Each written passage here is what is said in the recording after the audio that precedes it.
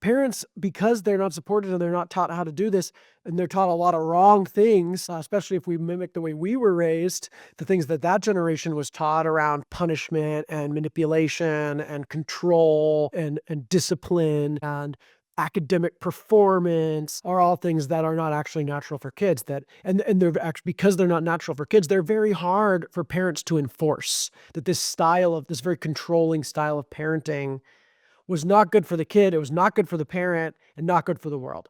So that was like that big aha moment, like, "Oh man, I could make the world better for kids and the whole world better by just helping parents make their parents' lives easier, just giving them the tools they need to be better parents or really be more of themselves." That being a parent is really just being really your full self and being willing to own your insecurities and your mistakes and your emotions and your trauma. That's all we want our kids to be able to do. You are listening to Dedicated Joe, the new dad's guide on the upending and transformational experience of becoming a father. We are dedicated. Hi, everyone. Some of you might have been wondering, what's my story? What brought me here? Well, I am happy to tell you. Really, this work about being a great dad comes from my own experience as a child. I actually had a very difficult childhood. I was born to a Catholic family in Kansas City, Missouri, and was autistic. I didn't know. Nobody knew I was autistic. This was the 90s. So we didn't know enough about autism to understand what it was up with me. But I had this really big energy, really intense, couldn't sit still, couldn't follow instructions, no impulse control.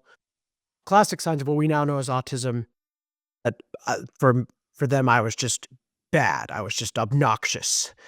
Just the school system was horrendous for me. I mean, just being forced to sit still in a room all day long, not able to do what I want to do, not be able to move my body. Just torture for a kid like me. And so I acted out and would get punished and then would act out more, would get more punished. And it was this awful cycle.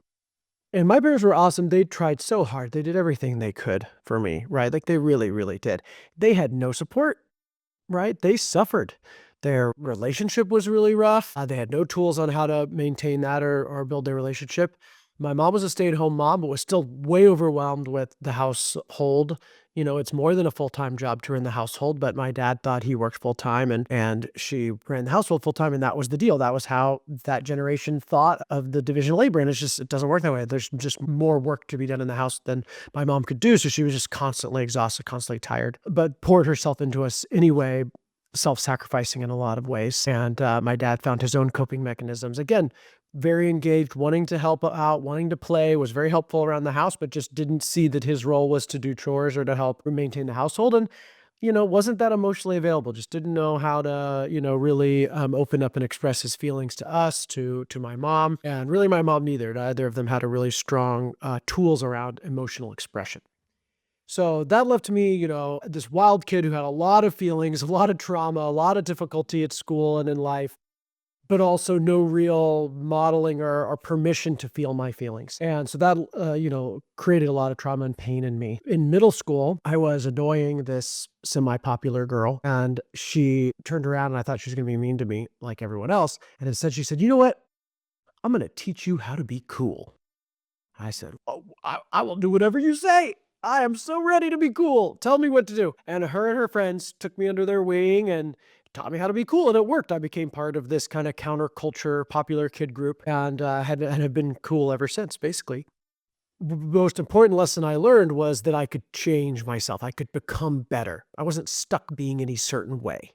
That I could take feedback, that I could look for resources and improve myself. So it set me on this personal growth journey at age 12 that continues to this day and also greatly impacted how I approached fatherhood. In high school, I realized that not only could I change myself, but I could also change the world.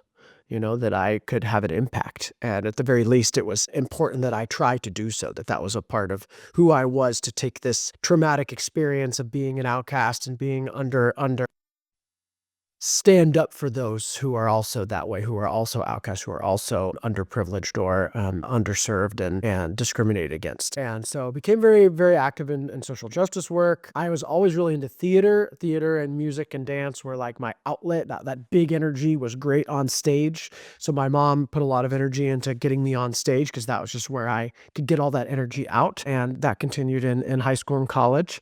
And then as I got involved with social justice work, I started to transform the art and performing sense to be more political, like street theater and building giant puppets for protests, writing political hip hop and slam poetry. And so I recorded hip hop and poetry albums about social justice issues, especially Middle East issues. I graduated high school in 2000, and so my first year of college was 2001 with 9/11 and the Bush administration, the Iraq War, and all that. And so I was very involved in really challenging this U.S. imperialist policy in the Middle East and was a big part of that movement. Uh, got to about age 28, fighting, right, for change in the world and was still pretty unhappy, had not really processed this trauma I had not really learned how to feel my feelings and realized that I wasn't building anything, that I was fighting a lot, but I hadn't created anything in my life, and I wasn't going to make real change in the world without building or creating. So I shifted into what can I build? And I realized that my trauma as a kid left me most passionate to change the world for kids. If I was going to change one part of the system, it was going to be kids, how we treat kids, the school system, and then eventually that led into food and feeding for kids and parenting. And Carl Jung says, in your greatest wound lies your greatest gift.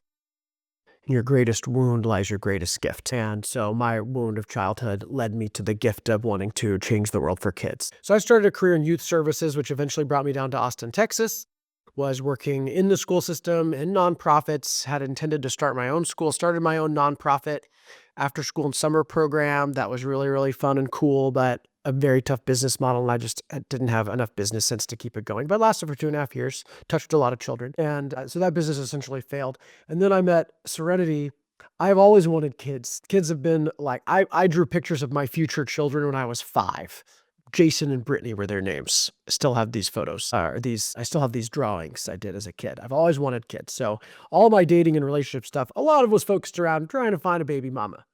So when Serenity and I got together and got serious, first thing we talked about was babies. Like I wanted to have a baby. And she had been married before. I didn't really want to be married again. I wanted to be married, but I wanted a baby more. So she agreed that we can co-parent, but she didn't really want to be married. So I said, okay, well, we'll try for a baby. And we started trying to get pregnant, and we had both had a lot of health food journeys. She had a really, really sick childhood. I mean, just the junk food destroyed her gut. She just was really, really tons of gut-related health issues. And she had cured that through the paleo diet. She discovered the diet was the solution.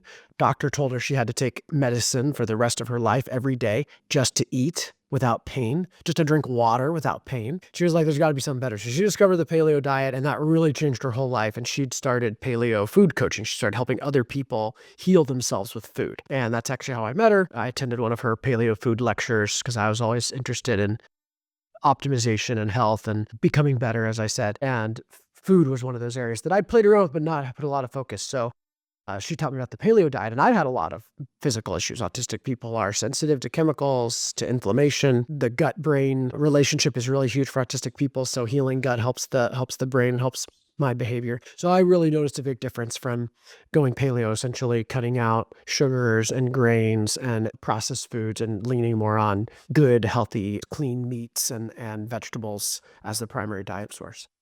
So we were paleo, and we're trying to have a baby, and Serenity's first thought is, what are we going to feed the baby? Let's go see what kind of cool paleo baby foods there are. And there were nothing. The baby foods were awful. They were all sugar. They were all grains. It was all the foods that had made us sick that we didn't want to eat were now what was available for babies, basically being marketed as the best foods for babies. And Serenity did a ton of research, read the infant guide for nutrition from the USDA all the way to paleo food bloggers, and just dove in and discovered that babies need basically what we're eating. Babies need meat, babies need fat, babies need vegetables. They don't need sugar. They don't need grains. That those are actually very harmful foods, and that starting babies on sugars and grains actually creates more likelihood for obesity and diabetes and all these health problems we have in children. So we set forth to change that, change baby food. I was an entrepreneurial mindset at the time. So was she. We both had businesses that hadn't really done very well. We decided to start a baby food company. It was a crazy idea. At first, we thought it was going to be really small, and we were just going to kind of make a little niche paleo baby food. But everybody we talked to wanted it. It just grew and grew and grew. We kept saying yes and yes, and then thus Serenity Kids Baby Food was born, and now we are the nation's fastest growing and fastest selling shelf stable baby food in the country with our meat and veggie blends. We have pouches, we have puffs, we have formula, and more products on the way. And that way, for me, it was a way to reach parents. Serenity was passionate about health. I was passionate about changing the world for kids. We were becoming parents, and that was another way I could serve my mission. If I can make kids' lives better by helping with the food, and also reach parents and help them maybe look at the way they show up so that they can make their children's lives better. I had no idea what it was going to be like as a parent because we hadn't had a baby yet, but we had our baby Della the same day the products launched. So August 5th, 2018. We'll never forget it. She went into labor and the products launched. Products were a year and a half late. Baby was 2 weeks early. So it was never planned that way. But it was like one of those, God moments of like it was always meant to be this day. And so we were running the business and in postpartum time, and it was very, very hard, very, very challenging. It was the hardest thing I've ever done. I kind of knew it was going to be the hardest thing I've ever done, so I wasn't surprised. But it was like I couldn't have imagined how hard it actually was. It was very, very hard. And Serenity struggled with postpartum anxiety and depression. I reached a crisis breaking point a couple of months in. There's just so much isolation. We're just so isolated, right? We didn't have that many friends with kids. My family doesn't live locally. Her family doesn't live locally. So we were just dependent on what support we could get through paid help and through, begging our friends, basically. And it was not enough. There were just not enough resources. And so it left me passionate to, I've really figured out that, man, if I could change the world for kids by changing the world for parents. It's not that parents don't want to raise healthy, well-adapted, powerful, independent children. Every parent wants that. And it's not just the school system that's messing that up, though I have a lot to say about the school system. But parents, because they're not supported and they're not taught how to do this, and they're taught a lot of wrong things, especially if we mimic the way we were raised, the things that generation was taught around punishment and manipulation and control and discipline and academic performance are all things that are not actually natural for kids, and they're actually, because they're not natural for kids, they're very hard for parents to enforce. That this very controlling style of parenting was not good for the kid, it was not good for the parent, and not good for the world. So that was like that big aha moment, like, "Oh, man, I could make the world better for kids and the whole world better by just helping parents make their parents' lives easier, just giving them the tools they need to be better parents or really be more of themselves." That being a parent is really just being really your full self and being willing to own your insecurities and your mistakes and your emotions and your trauma. That's all we want our kids to be able to do. And kids will be successful if they can do that, but they can only do that if they see us doing it. So much of parenting is our own personal work. And I was fortunate to have a background in personal work, so had my wife. So we came at this from that mindset of, oh, we're here in this to grow. We're able to notice our shadows. We're able to notice when we make mistakes. We're able to ask for help. We're able to research and lean on resources. So we created this amazing support network and gained all these tools that now I'm so excited to share. We've been very focused on building the baby food company, and it's at a place where I can step a little bit back and focus on what I really want to do, which is bringing these resources to parents, especially dads, because we are so underutilized. We're an underutilized resource, mostly because society doesn't teach dads how to parent, doesn't teach dads how to show up in the home. Society is focused on dads performing in the economic world, and women have entered that world in a very big way, which is super awesome. But that didn't equate to men also entering the home world to compensate or to make up for that. But even like my mom experienced, even if they weren't working, there's still a lot to do in the home, just from a sheer labor perspective, but also from an opportunity perspective. Like we are more than just men. We are not just worker bees. We're not just out there to go get the pollen and bring it back to the queen. We're so much more than that. And the opportunity we have to feel everything in ourselves, to learn how to feel, to learn how to be present, to learn how to be patient, to learn how to put our attention fully out on another person, powerful, powerful tools that have really transformed my life. Really tough to do, really tough to do, really tough to slow down, be fully with my wife, be fully with Della. I want to just produce all day long. I'm like, let's get this playing done so I can check the box and like go back to work, whether it's actual work in the world or artistic work or whatever it is. But the work of being here, being present is really the opportunity to feel everything, to heal my childhood trauma, right? The best pathway to that is Della is just repeating all this stuff right in front of me. I'm repeating what my parents did, have an opportunity to transform that, heal that in me, heal that for her, and essentially transform generations that way. That's the opportunity of being a dad, is not impact on, oh, my job and the money I make today, but impact on generations of children, of people, of men and women that grow up and repeat what we did. It's super powerful work. It's also, but the only way I could do it well is to do my own work, is to really show up for myself, is to really let it work me. And it's fucking hard. It's the hardest work I've ever done. It's really, really hard because it's not only a lot of labor like my job is, and that's exhausting anyway. There's the work for the home and baby is a ton of labor, already exhausting. But it's the emotional work is really what makes it almost unbearable sometimes, is like I'm not only stretched to my limits with time and physical work, but I'm stretched to my limits on how much I can feel, how much I can experience, how much capacity for or sensation for love do I have. But expanding that container, expanding that, being able to hold more love, to hold more sensation, to feel more, to be more present, man, that's the work of being alive. And what a gift that our children are, that they teach us, require of us, that we show up that way and are amazing models. All we have to do is be like them. They're born that way, present, alive, emotional, in their bodies, in the moment, in their desires, right? So we can strive to be like them and really let them work us, and also become the best people we can be to help them be the best people they can be.